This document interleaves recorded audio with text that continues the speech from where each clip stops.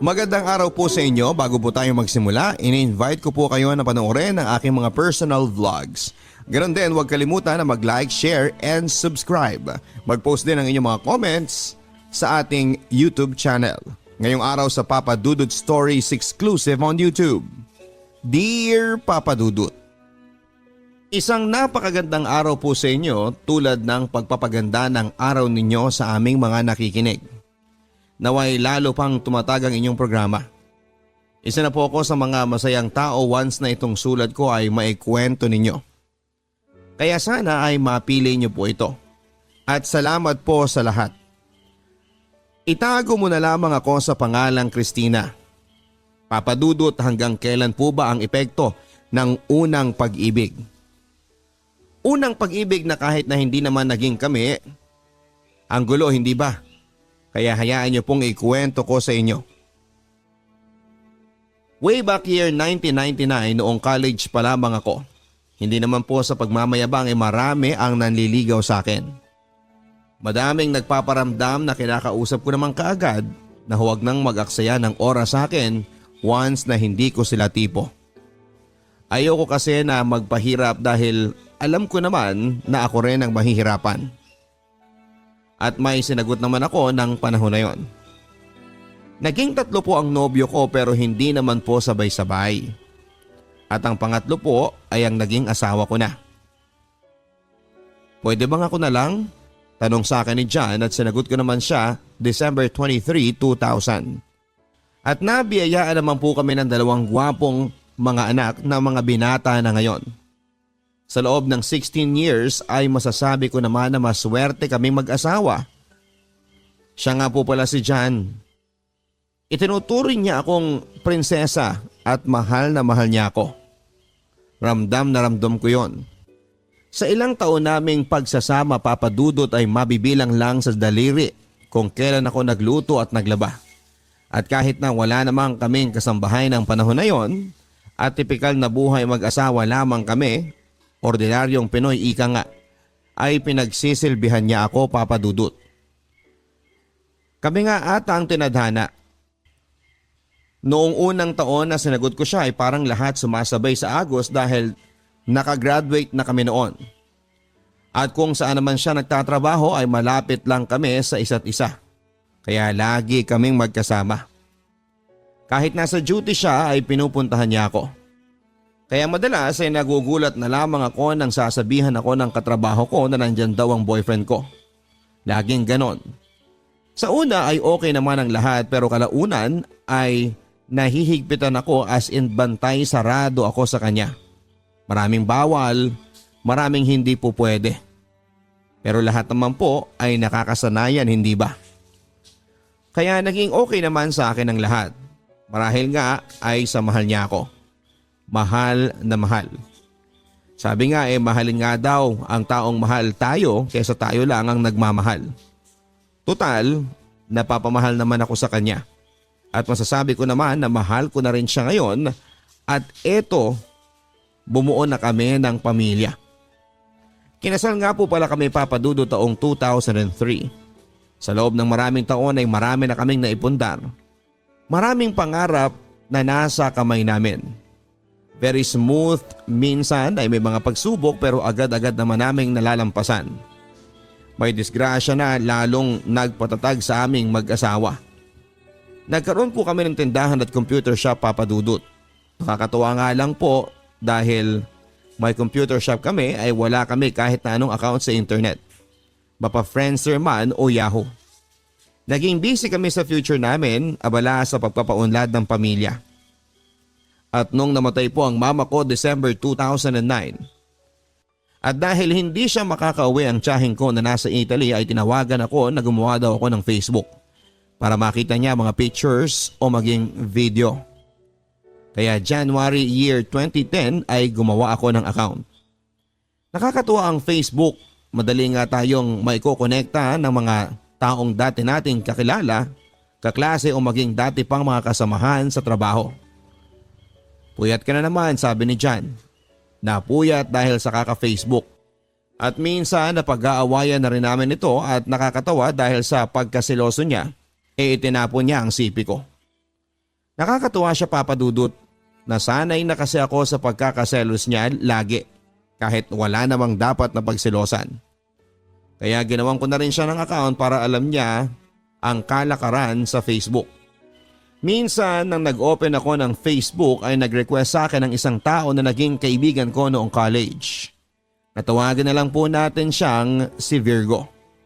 Naalala ko yung nakaraan nung panahon na magkaibigan pa kami at dahil seloso nga si Mister ay hindi ko siya inaccept. Ang sabi ko nga sa sarili ko pag-aawayan pa namin ito ni Mister. At dahil nga seloso si Mister ay hindi ako nag-accept ng mga lalaking hindi ko naman kakilala. Karamihan ay puro babae ang friend ko sa Facebook. Lumipas ang 1 taon, 2 taon, 2 taon at kalahati. Wala akong masyadong ginagawa, napatingin ako sa friend request ko. Ang dami ko palang ini-ignore. 103 na pala. Check ko nga isa-isa. May mga foreigner, may mga common friends at napatingin ako sa isa na nandun sa bandang dulo. Si Virgo. Napatingin ako sa profile, simpleng mga comment, madalang mag-post. Madalang mag-open kasi may nabasa pa ako roon sa post niya na sa wakas ay nakapag-open na rin. Kaya sabi ko sa sarili ko, i-accept ko na ang mga taong ito, ang tagal nang nagre-request 2.5 taon na. Kinagabihan ay nag-message siya. Nagpapasalamat at na-accept ko na raw siya. Ang sinagot ko na lang kasi alam kong mangungulit ka kaya hindi kita ina-accept. Ang sabi niya, bakit friend mo naman ako dati pa? Nauna mo pa nga ako nakilala bago sa asawa mo eh. Hindi ko na lang siya sinagot. Kumustahan, balitaan, sabi ko eto 2 na ang anak ko. Sagot niya, buti pa raw ako. Single pa raw siya at ang sabi ko naman ay pihikan at mataas yata ang standard mo kaya ganyan tatanda kang binata niyan. Araw ng linggo yon at dahil kakapakinig ko pa lamang sa inyong programa, naalala ko ang advice nyo sa isang nagpadala ng sulat na sa loob lang ng 1 minuto ay maraming magagawa. Sa loob ng 1 minuto, kaya mong mabago ang buhay mo. Kaya kung may gusto kang sabihin ay sabihin mo na. Kaya sinabi ko sa kanya na dapat kasi kung may gusto ka sa isang babae ay sabihin mo na. Huwag nang patagalin pa. Kaya sinabi niya na I love you.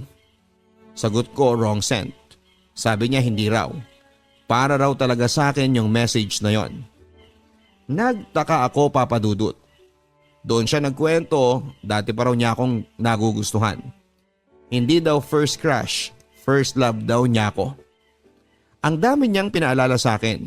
Ganon pala, Papa Dudut, may mga bagay na bumabalik. Sa nagdaan na 17 years ay pinaalala niya sa akin ang lahat.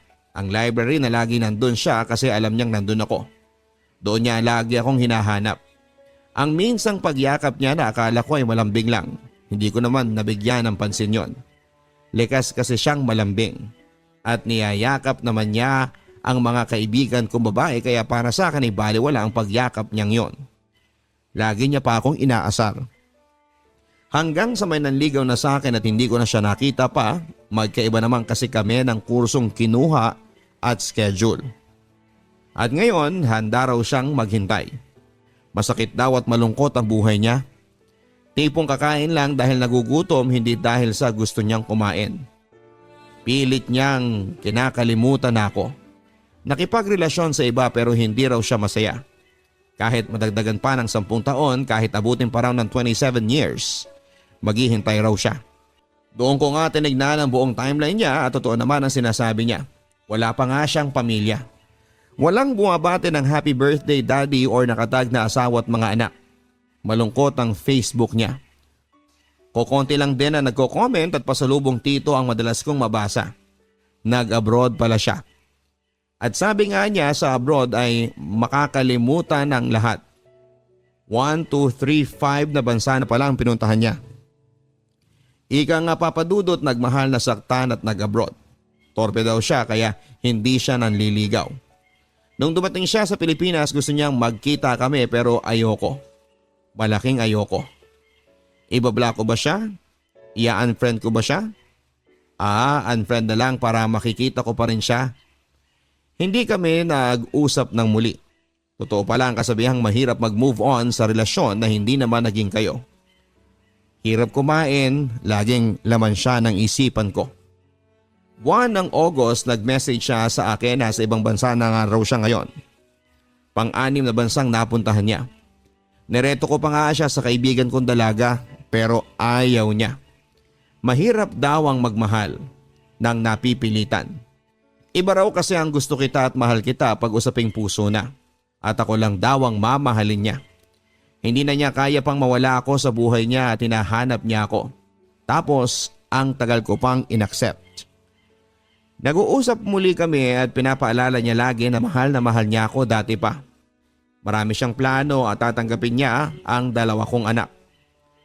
Paano naman si John? Na tila pinagsisilbihan ako mula't ulo hanggang paa. At kung naisip ko naman si Virgo, masasabi ko rin na dakila rin ang pagmamahal niya sa akin. Ilang taon na ang nagdaan kahit na hindi naman kami naging kami. Tanging paglalambing lang ang ginagawa niya sa akin, dinala niya yon sa buong buhay niya sa loob ng 17 years. Ang sabi ko nga sorry ha, naging manhid ako. Huwag kang mag-sorry, ako naman ang may kasalanan ng lahat. Kaya nahihirapan tayo sa relasyon natin ngayon, sagot niya. Kaya eto Papa Dudut, sa panahon na habang sinusulat ko ito ay naguguluhan po ako. Kaya napapatanong na hanggang kailan po ba ang epekto ng first love? Alam ko naman kung napapasaya ko si Virgo. Marami ang masasaktan at mahihirapan. May mawawasak na pamilya. Naguguluhan na po ako Papa Dudut. Salamat po. Kayo na pong bahala sa pagbasa ng sulat ko. First time ko kasing magkwento. Lubos na gumagalang, Christina.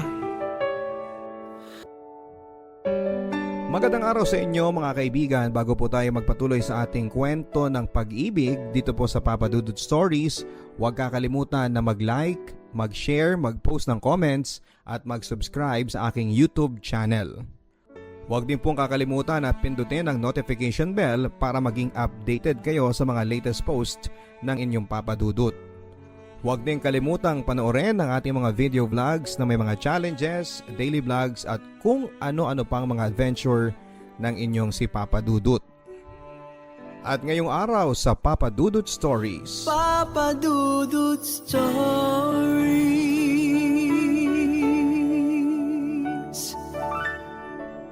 Maraming pagkakataon sa buhay ko Papa Dudut na gusto ko nang sumuko habang nagdadalang tao po ako. Sa pakiramdam ko kasi Papa Dudut ay sobrang kinawawa ako ng taong labis kong minahal at pinagkatiwalaan. Pero magagawa pala akong paikutin. Yung akala mong taong tutulong sa'yo sa panahon ng krisis ang mas mauuna pa palang manloko sa'yo. Dear Papa Dudut, mga ka-stories, tawagin niyo po ako sa pangalang Teresa. Hindi ko po yan tunay na pangalan. Nababaitan lang po ako sa pangalang Teresa. Siguro dahil sa alam kong pangalan siya ni Mother Teresa. Hindi ko naman po sinasabing magkapareho kami ng ugali ni Mother Teresa. Pero kung pagiging mapagpakumbaba at mapagbigay ay siguro ay papasan ako kahit pasang awa.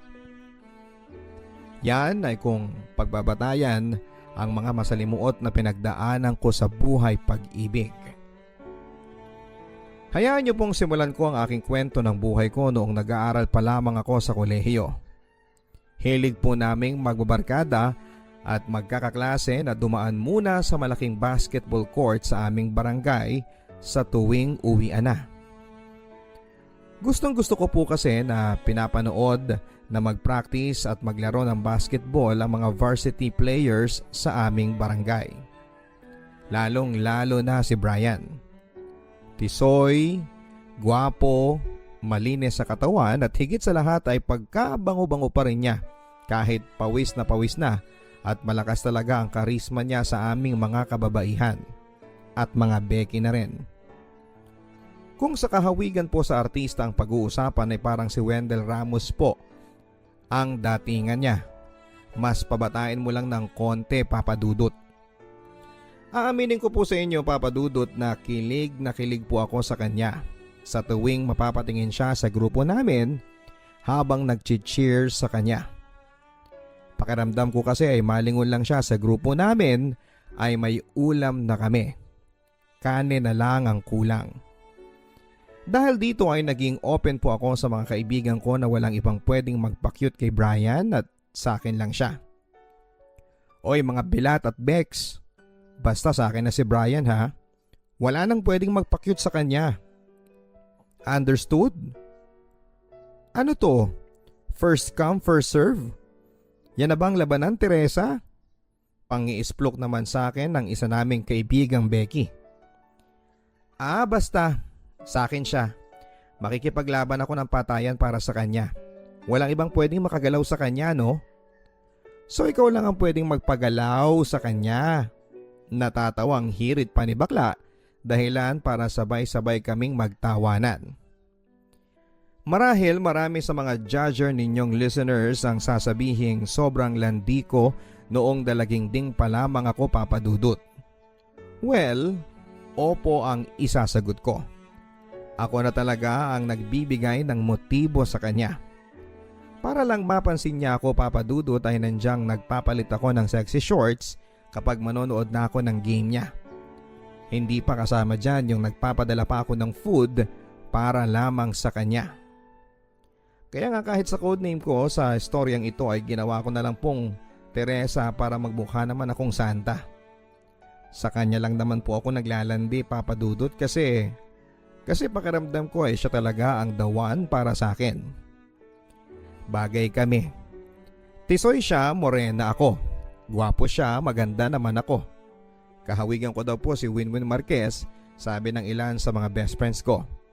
Pambiyukon kumbaga ang tindigan. Unforgettable para sa akin, Papa Dudut, yung araw na nilapitan ako ni Brian at kinausap. Alam kong mas matanda siya sa akin ng ilang taon, kaya naman kuya pa nga ang tawag ko sa kanya dati. Pawalang mali siya lang ang peg ko, pero deep inside ay gusto ko nang jowain siya noon. Thank you nga pala sa inyo. Lalong-lalo na sa iyo, Teresa, sa palaging pag-support sa mga games namin. Pakiramdam ko kayo ang lucky charm ng laro namin. Lalong-lalo ka na. Seryoso ang sabi ni Brian. Napastatwa na lang ako noon, Papa Dudut, dahil sa sobrang kilig na aking nararamdaman. Yung mga barkada ko naman ay todo tukso sa aming dalawa. Nakahalata na yata si Brian na crush ko din siya. Mula kasi noon ay lagi na niya akong nilalapitan sa tuwing matatapos ang basketball practice nila. At makalipas nga po ng 3 araw ay naging kami na. Officially ay masasabi ko na sa lahat na talagang akin lang po si Brian. Cheap man tignan dahil 3 days ang ligawan at sinagot ko siya kaagad ay wala akong pakialam. Ang importante sa akin ay hawak ko na ang titulo na si Brian na ang jowa ko. Ako ang GF niya. Ang saya, hindi ba? After ng practice ay humiwalay na kami ni Brian sa mga barkada ko at mga kalaro niya. Madalas ay nagpupunta kami sa kung saan lugar na pwede kaming makatambay at makapag-usap bago niya ako ihatid sa bahay. Halimbawa ay kakain kami sa fast food o kaya naman ay manonood ng sine kapag may time pa. Basta huwag lang kaming masyadong gagabihin ay okay lang naman sa bahay. Alam ng mga magulang ko, Papa Dudut, na nililigawan po ako ni Brian. At okay lang naman daw sa kanila. Palibhasa kasi ay iisang barangay lang kami at kilala naman ng parents ko ang mga kamag-anak ni Brian. Basta mahigpit na bilin lang sa akin ni Mama ay uuwi ako ng bahay bago mag-alas 9 ng gabi. At dapat ay magte-text ako kung saan na kami ni Brian. Ang alam sa bahay, Papa Dudut, ay nililigawan pa lamang ako ni Brian. Hindi ko pa kasi maamin sa kanila na 3 days lang ay sinagot ko na si Brian. Nakakahiya at siguradong pagagalitan ako ni Mama kapag nalaman niya na hindi man lang ako nagpakieme sa una kong manliligaw. Exclusive lang sa mga karibal ko kay Brian ang info na officially ay kaming dalawa na at hindi na siya pwedeng landiin pa ng iba. Isang araw, inabot kami ng malakas na ulan sa basketball court. Saktong nakauwi na rin ang mga kasama ko noon at kaming dalawa na lamang ni Brian ang natitira sa basketball court kasama ng mangilan-ngilan na mga ka-teammates niya na handa na ring sumugod sa ulan. Nakakainis lang kasi 15 minutes lang ang pagitan nang nakaalis na ang mga friends ko nang biglang bumuhos ang malakas na ulan. Na-stranded pa kami ni Brian. Kung nakasabay sana kami pa uwi, di sana nasa bahay na ako. Pihadong magkakasakit kaming dalawa ni Brian kung susugod kami sa ulan. Sakay ng motorsiklo niya at isa pa ay takaw aksidente rin dahil madulas na sa daanan. Nag-text na lamang ako sa bahay papadudot na baka malate ako ng uwi dahil na-stranded nga ako sa ulan. Huwag na lang silang mag-alala kasi kasama ko naman si Brian. Hanggang sa nakauwi na lahat maliban sa amin ni Brian. Dahil carry lang sa kanila ang mabasa ng ulan. Ang ending, kaming dalawa na lang ni Brian ang natira sa basketball court. Samahan mo ako Brian sa CR. Naiihi na ako at saka natatakot din ako eh. Sira kasi yung ilaw doon. Hindi naman umangal si Brian sa request ko sa kanya. Ang ginawa ko ay kinausap ko lang ng kinausap si Brian habang nasa loob ako ng cubicle para mawala ang kaba ko sa dilim ng CR. Siya naman ay oo lang ng oo ang sagot. Pero biglang tatahimik na lang siya. Tapos kapag hinanap ko na ulit siya, saka naman ito tatawa ng pagkalakas-lakas. Huwag mo na nga akong binibiro ng ganyan. Mas lalo ako natatakot Brian eh. Pasigaw na sabi ko sa kanya. Nakakatuwa ka palang asarin dahil sobrang matatakutin ka sa dilim. Sabay tawa niya ng malakas. Sa pagbukas ko ng pintuan ng cubicle ay nakita kong nakatayo sa harapan ko si Brian papadudot. Laking gulat ko nang bigla siyang pumasok at yakapin niya ako ng mahigpit. Sa unang pagkakataon ay nakaramdam po ako ng malakas na bultahin ng kuryente sa aking katawan. Kaya naman kahit malakas ang hangin at bagsak ng ulan, sa labas ay para akong nakaramdam ng kakaibang init sa aking katawan. Yung yakap niya sa akin ay nasundan pa ng masarap na halik papadudot. Unti-unti akong naging statwa habang ginagawa niya akong halikan mula sa labi hanggang sa leeg. Balikat ko hanggang sa aking dibdib. Hindi ko na siya pinigilan papadudot. Nagpaubaya na lamang ako sa kanya. Nagawin sa akin ang mga bagay na nagpaparamdam sa akin ng saya at sarap. May nangyari sa aming dalawa sa loob ng cubicle ng madilim na CR. Hindi pala nakakatakot sa dilim papadudot basta kasama mo lang ang lalaking pinakamamahal mo. Todo-todo lamang ako sa pagpapaubaya sa kanya. Hanggang sa may magbukas ng pintuan ng CR papadudot. Huling-huli kami sa akto ni Mama na may ginagawang milagro. Para tuloy akong binuhusan ng malamig na tubig ulan matapos kong makita ang mga namimilog na mata ni Mama. Napalabas din kaagad si Mama habang nagmumura dahil sa mga nakita niya papadudot. Sobra ang pagkabigla niya. Sa katunayan ay nabitawan din niya ang mga dala niyang payong para sana sa akin ng mga sandaling yon. On the spot ay sinabi ni Mama sa aming dalawa ni Brian sa paglabas namin ng CR na ipapakasal niya kaming dalawa. Aaminin ko po sa inyo papadudot na hindi naman ako masyadong affected sa mga nangyari. Pwede mo ngang sabihin na ako lang yung pinakasal ng puwersahan na masaya pa. Kasi nga alam ko naman sa sarili ko na mahal ko si Brian. Mabuti na lang at graduating na rin ako sa college noon. 2-year course lang kasi ang kinuha ko sa college. After ng seremonyas ng kasal sa opisina ni Mayor ay tumira na kami ni Brian sa iisang bubong. Sa bahay ng nanay ni Brian.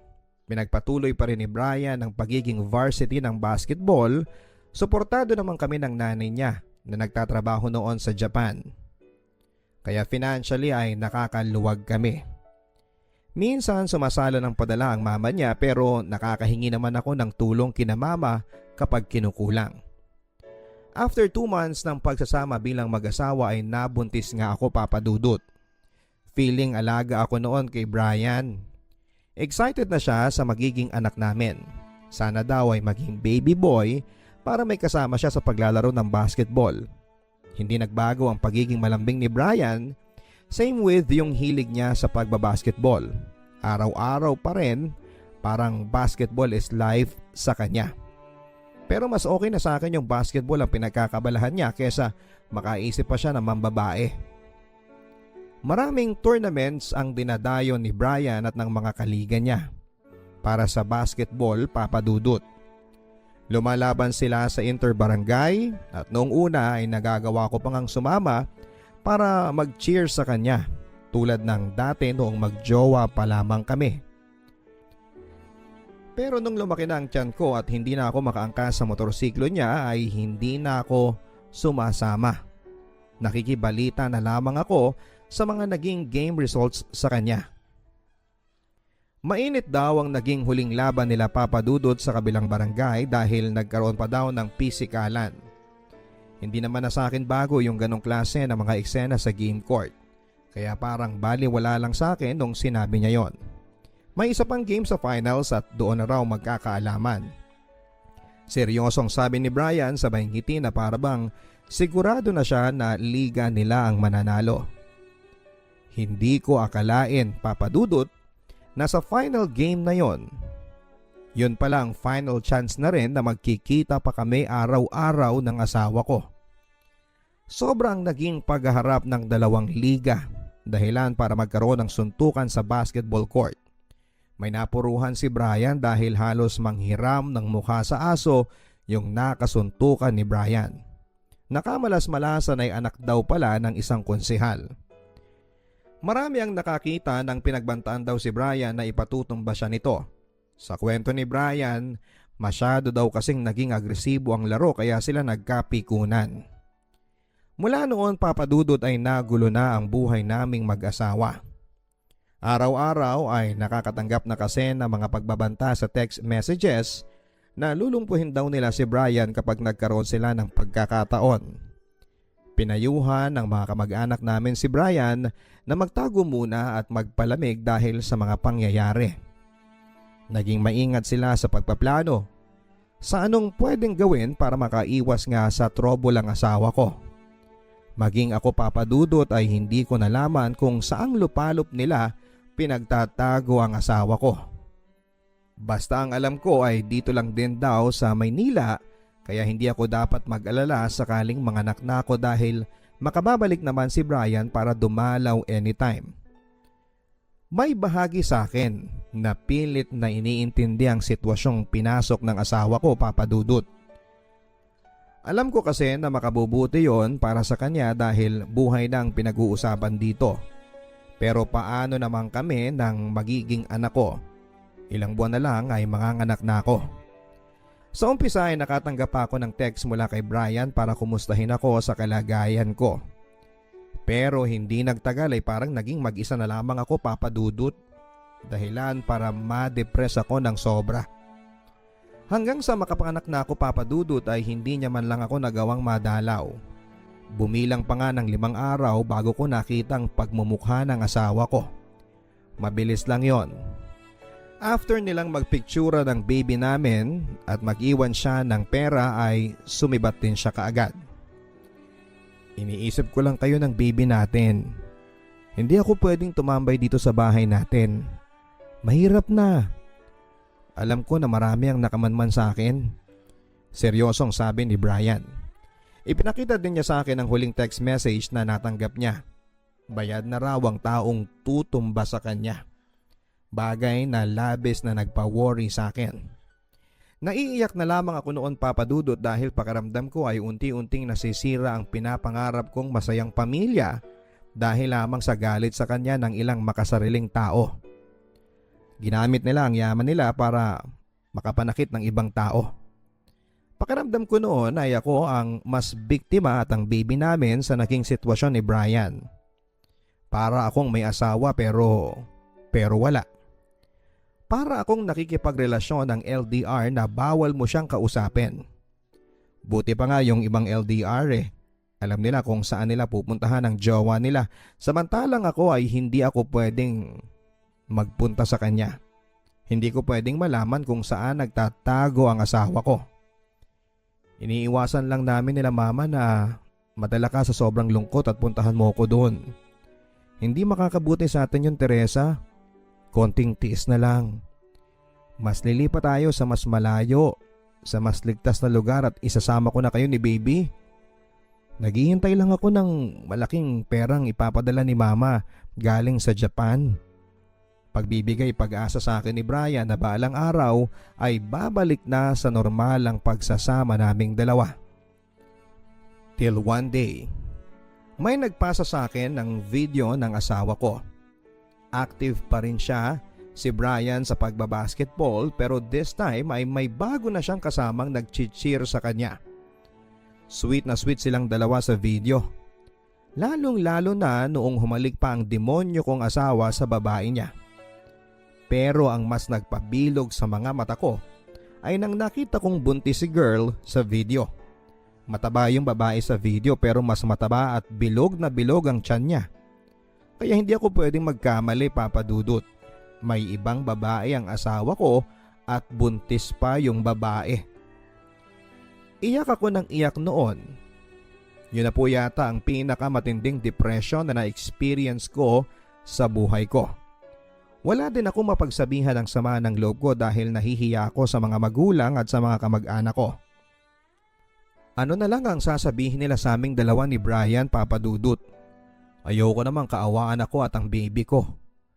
Okay na sa akin yung isang beses akong pinagpiestahan ng mga chismosa sa barangay namin nung pinag-usapang nakipag-sex lang ako sa CR kaya ako pinakasalan. Ayoko nang madagdagan pa yon ng chismis na ipinagpalit pa ako sa iba. Mula noon ay madalas na akong makitang tulala ni mama. Sinasabi ko na lamang na nami-miss ko si Brian, Papa Dudut. Pero ang totoo ay gusto kong sabihin sa kanya na may isusumbong ako. Na may ibang na bola na ang asawa ko. Napag-alaman ko na dating naging chicks din ni Brian ang nagpapadala sa akin ng video. Ibang klase talaga ang karakas ng asawa ko. Hindi lang pala ako isang beses niloko.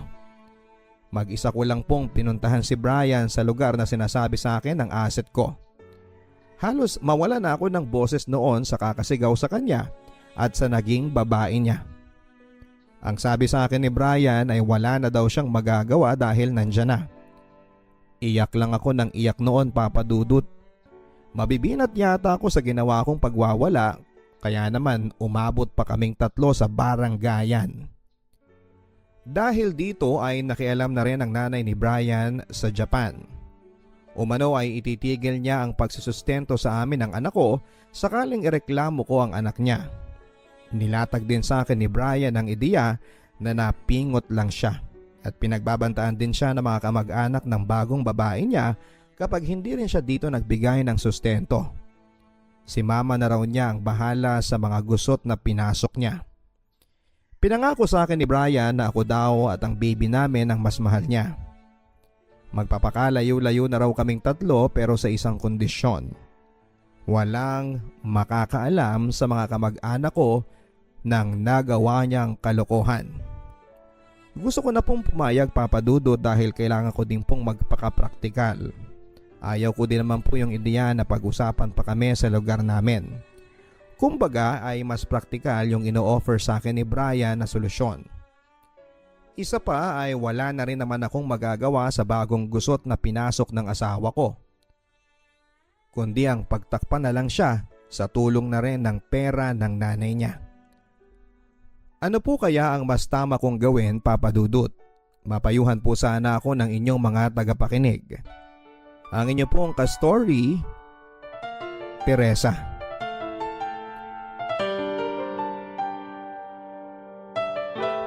Maraming salamat, Teresa, sa pagiging open mo sa amin sa naging live story mo. Mahirap talaga ang malagay sa sitwasyon na kakaunti ang pwede mong maging option. Pero ano man ang mapili mo, Teresa, sana ay maluwag sa puso mo ang magiging desisyon mo. Huwag mong hayaan na dahil napipressure ka lamang ng mga tao sa paligid mo sa maaari nilang sabihin sa'yo kaya yun ang pipiliin mo. Ang importante para sa akin ay doon ka sa desisyon na magiging masaya ka. Don't forget to like, share, and post your advice mga kaibigan dito po sa comment section ng YouTube.